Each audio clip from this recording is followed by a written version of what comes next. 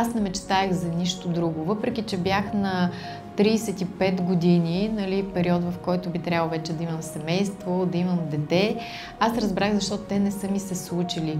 Аз е трябвало да сбъдна най-голямата ми професионална мечта и никога не съм давала толкова приоритет на мечтата ми в личния свят.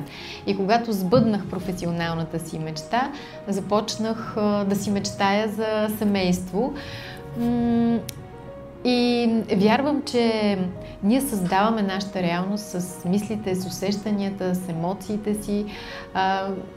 Не просто вярвам, аз съм убедена не на 100%, а на 1000% в това. И знам, че човек, колкото и книги да прочете, колкото и обучение да премине, не приложи ли реално в живота си това, което вижда, чува, разбира, не му ли остане време да го интегрира в себе си и да работи със себе си, няма как нещо да се промени. Сценария се повтаря отново и отново, ти попадаш в едни и същи житейски ситуации, попадаш на едни и същи хора с еднакъв темперамент, които предизвикат в теб едни и същи емоции. Аз така доста се разстроих и ти ми каза: Меги, ако ти се чувстваш уверена, ако вярваш в твоята истина, нищо не би могло да те разстрои.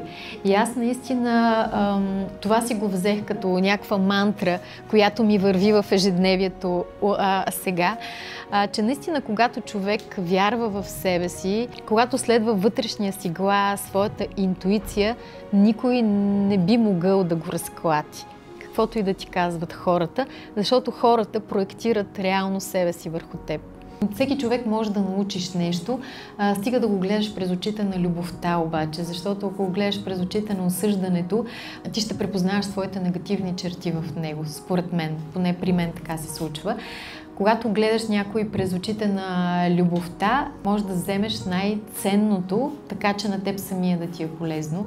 И аз имам огромна необходимост да комуникирам с много и различни хора в момента. Таланта, това е моето истинско аз.